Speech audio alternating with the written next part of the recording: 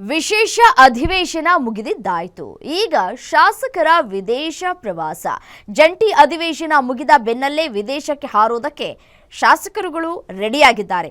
ಅಧಿಕಾರ ಹಂಚಿಕೆ ವಿಚಾರ ಮುನ್ನೆಲೆಗೆ ಬಂದ ಮಧ್ಯೆಯೇ ವಿದೇಶ ಪ್ರವಾಸ ಕೈಗೊಳ್ತಾ ಇದ್ದಾರೆ. ವಿದೇಶ ಪ್ರವಾಸಕ್ಕೆ ಸಜ್ಜಾಗಿದ್ದಾರೆ ಶಾಸಕರು. ಹಾಗಾದ್ರೆ ಯಾರ್ಯಾರು ತೆರಳ್ತಾ ಇದ್ದಾರೆ? ಸಿಎಂ ಸಿದ್ದು ಟೀಮಾ, ಡಿಸಿಎಂ ಡಿಕೆ ಶಿವಕುಮಾರ್ ಬಣನ ಆಸ್ಟ್ರೇಲಿಯಾ, ನ್ಯೂಜಿಲೆಂಡ್ಗೆ ಹಾರೋದಕ್ಕೆ 15ಕ್ಕೂ ಹೆಚ್ಚು ಶಾಸಕರುಗಳು ರೆಡಿಯಾಗಿದ್ದಾರೆ. ಫೆಬ್ರವರಿ 16ರಿಂದ ಮಾರ್ಚ್ 3ರವರೆಗೆ ಶಾಸಕರು ವಿದೇಶ ಪ್ರವಾಸವನ್ನು ಕೈಗೊಳ್ತಾ ಇದ್ದಾರೆ. ಅಧಿಕಾರ ಹಂಚಿಕೆ ವಿಚಾರ ಮುನ್ನೆಲೆಗೆ ಬಂದ ಬೆನ್ನಲ್ಲೇ ವಿದೇಶ ಪ್ರವಾಸ ಯಾಕೆ ಅನ್ನುವಂತಹ ಪ್ರಶ್ನೆಗಳು ಶುರುವಾಗ್ತಾ ಇದೆ. ವಿದೇಶ ಪ್ರವಾಸದ ಪ್ಲಾನ್ನಲ್ಲಿ ಬಂಡಾಯದ ಬಾವುಟ ಏನಾದರೂ ಹಾರಿಸುವಂತಹ ಸಾಧ್ಯತೆಗಳಿದೆಯಾ? ಅಧ್ಯಯನ ಪ್ರವಾಸದ ಹೆಸರಿನಲ್ಲಿ ವಿದೇಶ ಪ್ರವಾಸದ ಹಿಂದಿದೆಯಾ ಮಾಸ್ಟರ್ ಪ್ಲಾನ್ ಅನ್ನುವಂತಹ ಪ್ರಶ್ನೆಗಳು ಕಾಡ್ತಾ ಇದೆ.